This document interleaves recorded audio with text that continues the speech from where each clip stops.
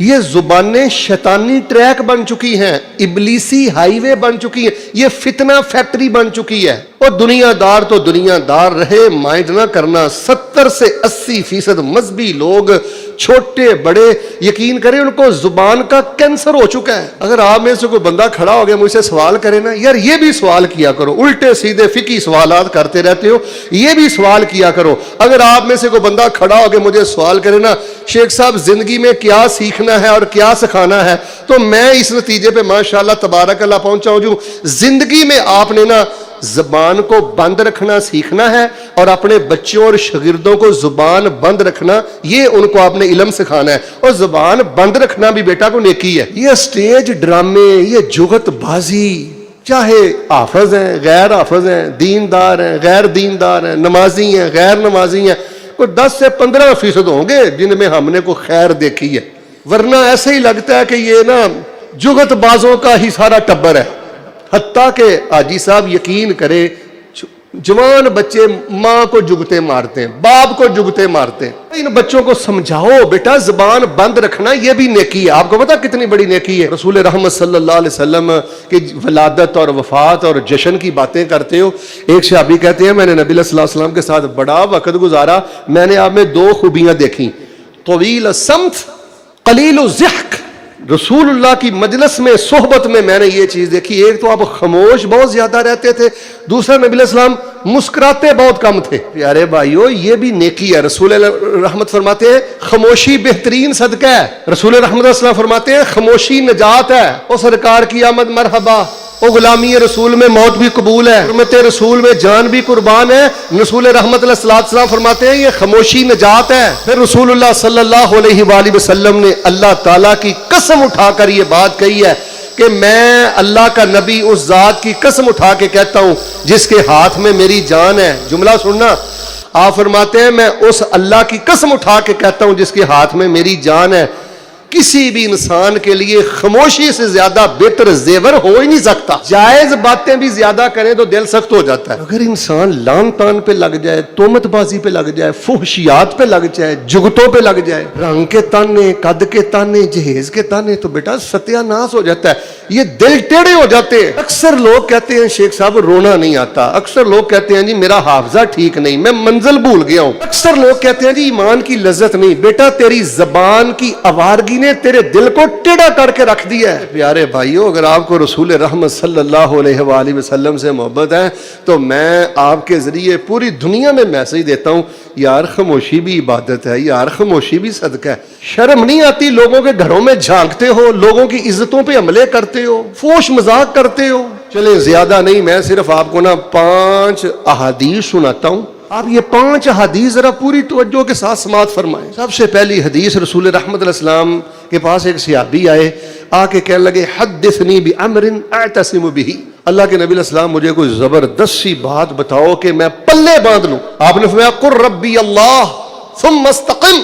آپ نے فرمایا اس بات کا اظہار کرو کہ میرا داتا اللہ ہے, مشکل کشا اللہ ہے. ادھر دیکھ کے بولے میرا حاجت روا, لجپال, غریب نواز, گنج بخش. ثم استقم.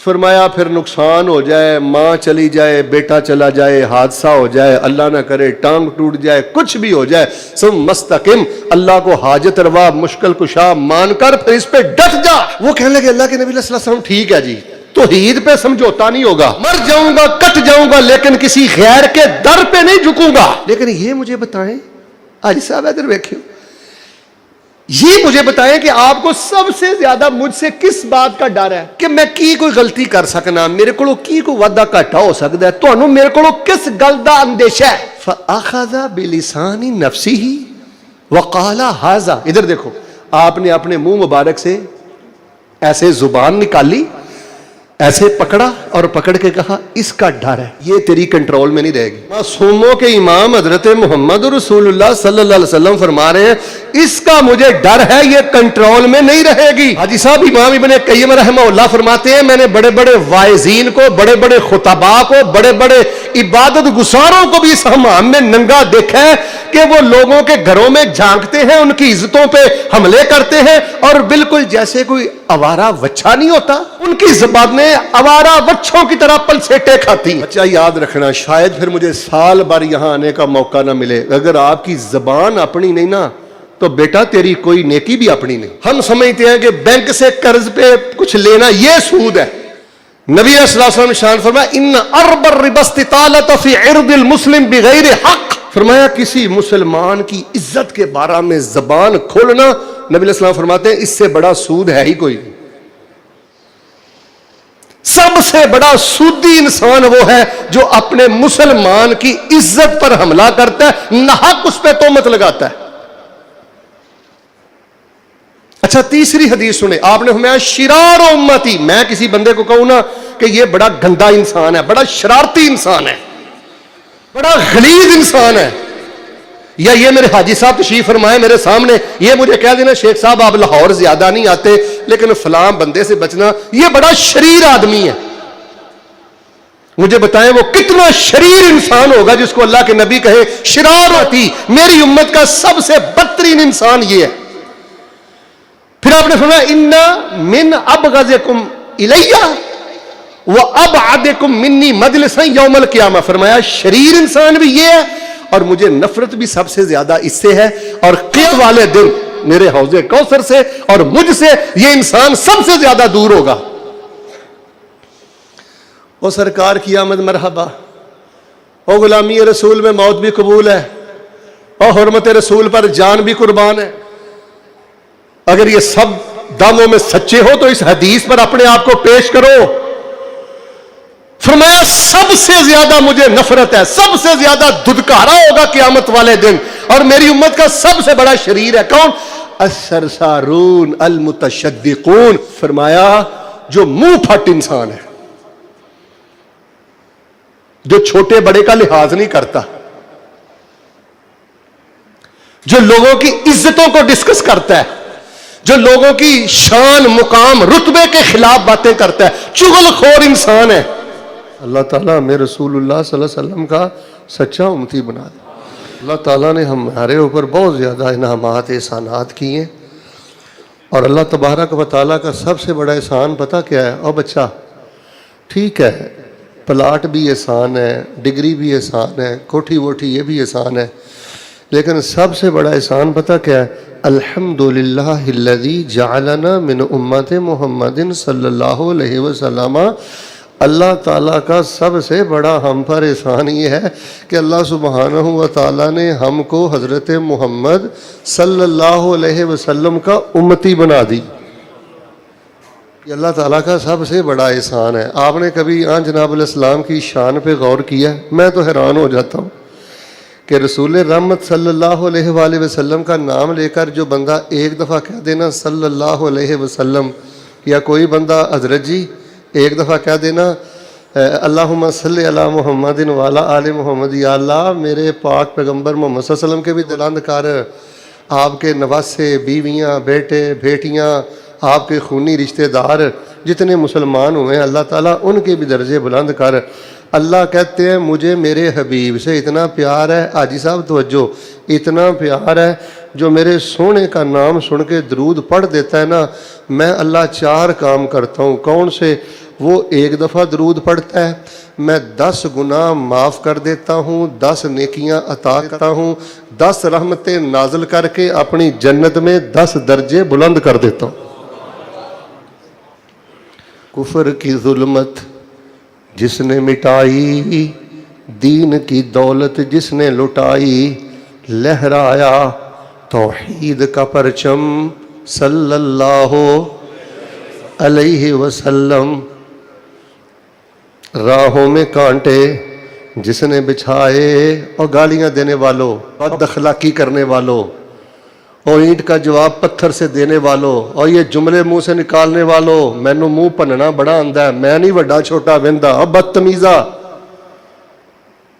اور سرکار کی آمد مرحبا کہنے والوں، راہوں میں کانٹے جس نے بچھائے، گالی دی پتھر برسائے، ان پہ بھی چھڑکی پیار کی شبنم صلی اللہ، وہم کی ہر زنجیر کو توڑا، وہم کی ہر زنجیر کو توڑا، رشتہ ایک خدا سے جوڑا، شرک کی محفل کر دی بھرہم درہم صلی اللہ۔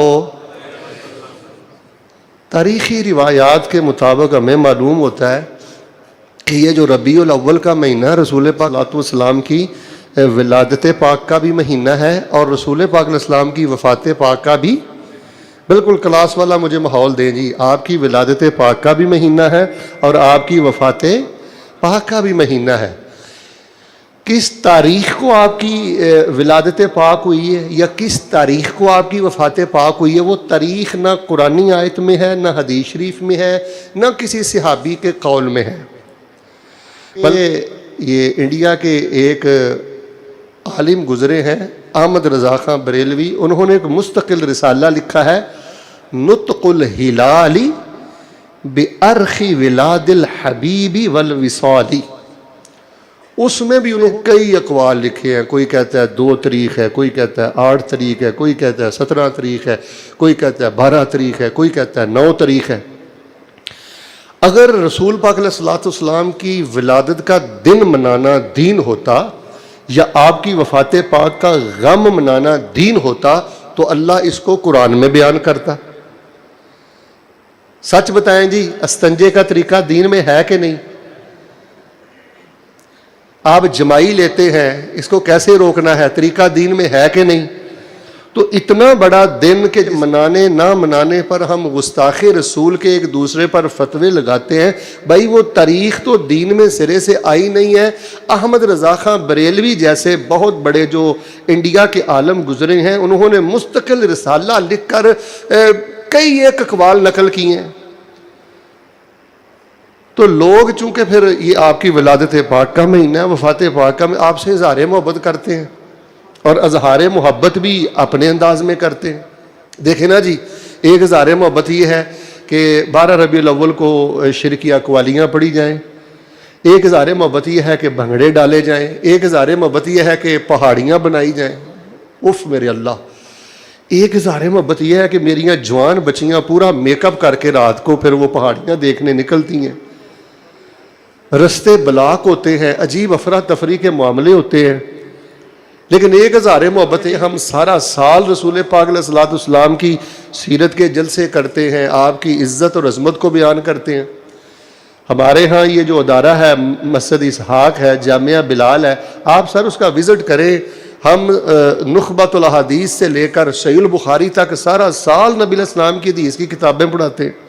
ویسے مجھے آپ پوچھیں نا کہ مولانا آپ اتنی کتابیں لکھتے ہیں، اظہار محبت کا سب سے بہترین طریقہ کیا ہے؟ میں اس نتیجے پہ پہنچا ہوں، اظہار محبت میں سب سے آگے وہ بندہ ہے کہ جس بندے کے دل میں بدعت کی شدید نفرت ہے، جس بندے کے دل میں بدعت کی، حاجی صاحب جی ادھر دیکھو، نفرت نہیں نا، وہ عشق رسول، محبت رسول، حرمت رسول کے دعوے میں جھوٹا ہے۔ جس قدر زیادہ آپ کو رسول اللہ سنت سے محبت ہوگی، بدعت یعنی دین میں اضافہ کرنے کی شدید نفرت ہوگی، آپ کو اس قدر زیادہ رسول اللہ سے عقیدت ہے۔ عقیدت رسول صلی اللہ علیہ وسلم کی سب سے بڑی دلیل یہ ہے کہ جو سنت سے محبت کرے، بدعت سے نہیں، نفرت نہیں، شدید نفرت کرے۔ یار چھوٹی سی بیٹا بات ہوتی ہے، ہم کیا کہتے ہیں؟ بدعت بدعت بدعت۔ او بھائی ساڑی کس نہ کہتی کوئی لڑائی ہے، یہ محبت رسول ہی اندر سے بولتی ہے کہ رسول اللہ کا دیا ہوا دین آپ کے لیے کافی نہیں ہے، یہ نت نئے اضافے کیوں کرتے ہو؟ جس طرح سنت محبت بھی اجر ہے میرے بھائیوں، بدعت کی نفرت میں بھی اجر ہے۔ اور محبت رسول صلی اللہ علیہ وسلم کا سب سے بڑا تقاضا یہ ہے کثرت سے درود شریف پڑھا کرو، درود ابراہیمی کو اپنا بیٹے معمول بناؤ۔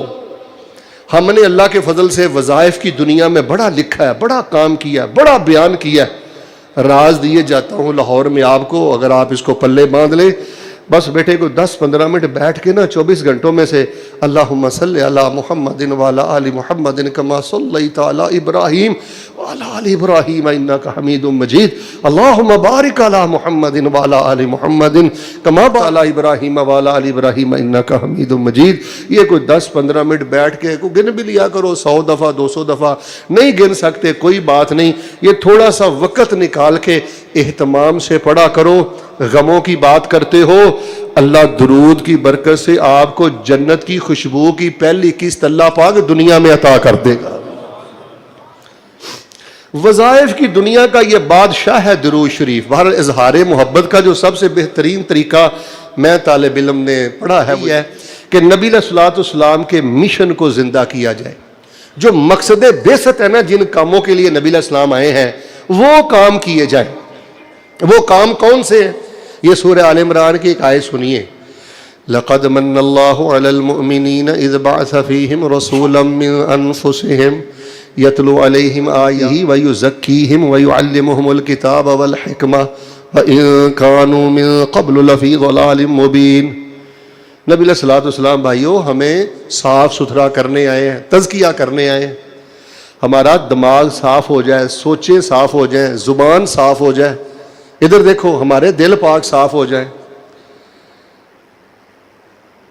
تو بھائی جو انسان خود تزکیے میں ہے اور لوگوں کا تزکیہ کرتا ہے وہ اصل میں رسول اللہ سے محبت کرتا ہے. اور میں یہ سمجھتا ہوں میرے میرے بزرگوں اور خاص طور پہ دیندار لوگوں، اس وقت سب سے زیادہ یہ زبانوں کے تزکیہ کی ضرورت ہے. السلام علیکم پیارے ناظرین، اللہ تعالیٰ سے دعا ہے یہ بیان آپ کے لیے نفع بخش ثابت ہو. اگر آپ کو یہ ویڈیو پسند آئی ہو چینل کو سبسکرائب کر لیں اور اپنے دوستوں کے ساتھ بھی شیئر کر. مزید دعاؤں، وظائف، اسلامی رہنمائی اور ایمان افروز بیانات کے لیے ہمارے ساتھ جڑے رہیں. اللہ حافظ.